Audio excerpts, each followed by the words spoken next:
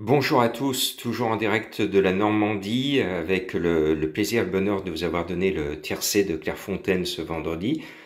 Dites-moi, c'est le sixième tiercé que je vous donne en 10 jours, depuis jeudi dernier. Bien, ce samedi, direction toujours la côte normande, à Deauville, avec pour moi un cheval qui est lâché au poids, qui est régulier, qui est monté par mon idole, ma jeune idole, Malone Favrio. Le 17 Simply Lovely me plaît au plus haut point.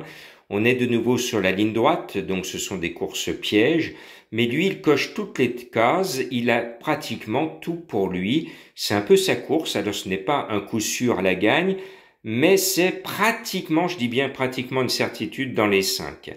Je lui oppose le 13 Hortensia Basque parce que lui aussi, vu les chevaux du haut du tableau qui ont une valeur élevée et qui courent quand même ce quintet, eh bien, avec seulement 53 kg et demi, je pense qu'il doit, avec son numéro 3 à la corde, donc dans le peloton qui est bien calé le long du rail, faire une très belle performance avec Alexis Pouchin.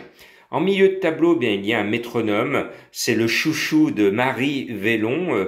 J'enregistre le 15 août, donc c'est normal de mettre Marie dans ma sélection. Elle monte son chouchou Tirsius, le numéro 10.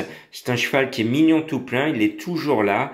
C'est à mon sens une base dans le quintet. Là aussi, ce n'est pas un coup sûr à la gagne, mais il devrait faire plaisir encore une fois, et comme d'habitude, à sa cavalière. Allez Marie, on croit en toi Marie Vélon.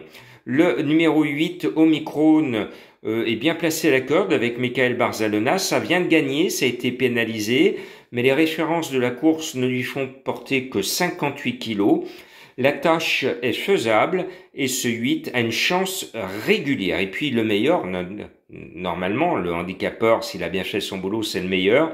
C'est le 1 Ten Horn qui a fait ses preuves à un meilleur niveau, niveau groupe. Donc il est à la limite d'être déclassé à 62 kilos. Maintenant, sur la ligne droite, à lui de nous démontrer qu'il est le meilleur. Ce 1, on est obligé d'y croire. Et puis, Madame Colombo m'a mis sur une piste de Montecar. Il est délaissé par mes confrères, c'est le 4 un instant.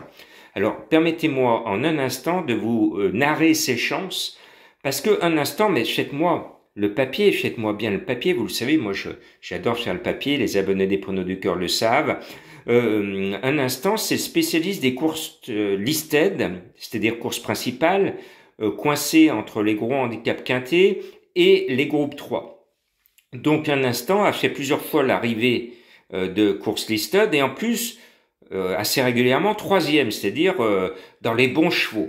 Donc ce 4 un instant qui est monté par Anthony Crastus, qui a connu au printemps et au début de l'été une grande période de forme dans les quintés, eh bien excellent choix de Madame Colombo, ce 4 va corser les rappeurs.